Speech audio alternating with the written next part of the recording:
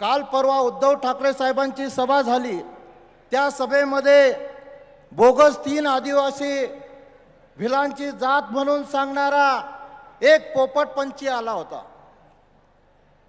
तो मला आणि मंगेश दादाला काही बोलून गेला। इथे बोलणं शक्य नाही,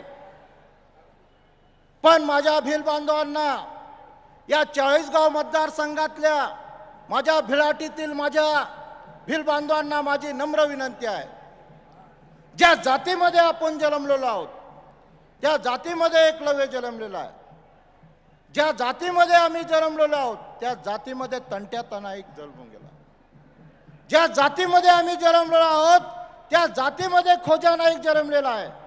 म्हणजे या खांद्याच्या पट्ट्यामध्ये भिलांचे राजे होऊन गेले, त्यांचे वंशज आम्ही आहोत। आणि कोणीतरी बोगस येतो, तो शिवाजी ढवळे नावाचा, अख्ख्या महाराष्ट्रामध्ये तो स्वतःला भिल म्हणतो। मी तुम्हाला सांगतो सर्वांना, तो भिल तर नाहीच, तो आदिवासी सुद्धा नाही, तरी सुद्धा आमच्या भोळ्या भाबड्या भिलांना लुटण्याचं काम गेल्या 20 वर्षापासून तो करत आहे।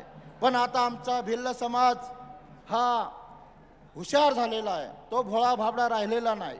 तरुण मंडळी शिकली सवरली, आता त्यांना कळायला लागलं, ज्या भिलाचं पोरग, काही लोक म्हणतात ते भिलाचं कार्ट मंगेश दादा बरोबर मांडीला मांडी लावून बसतं, खांद्याला खांदा लावून भिलवाड्यामध्ये फिरतं।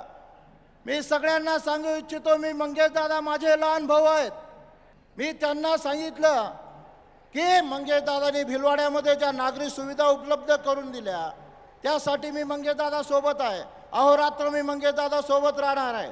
येणाऱ्या 20 तारखेला मैं भिल भाषा में बोलो, येणाऱ्या 20 तारीखला मंगेश दादांनी कमळ निशारीवर सगळ्या भिलवाड्यासनं लाईन लाई, खांदावर एकलवेना झेंडा ली, आपल्याला मतदान करानीच।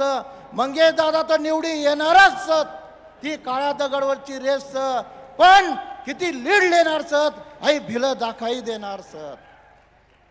म्हणून मी म्हणतो, कुसुमाग्र या कवीने मोठी चांगली कविता केलेली आहे, कर पेरम भिलासारखं बाणावरती खोचलेलं, मातीमध्ये उगवून सुद्धा मेघापर्यंत पोहोचलेलं, असं मित्र तर आम्ही मंगेश दादाच्या रूपात बघितलं आहे। धन्यवाद। बोलणारे भरपूर वक्ते आहेत, म्हणून मी थांबतो, बोलण्यासारखं खूप काही होतं। एकलव्य जिंदाबाद।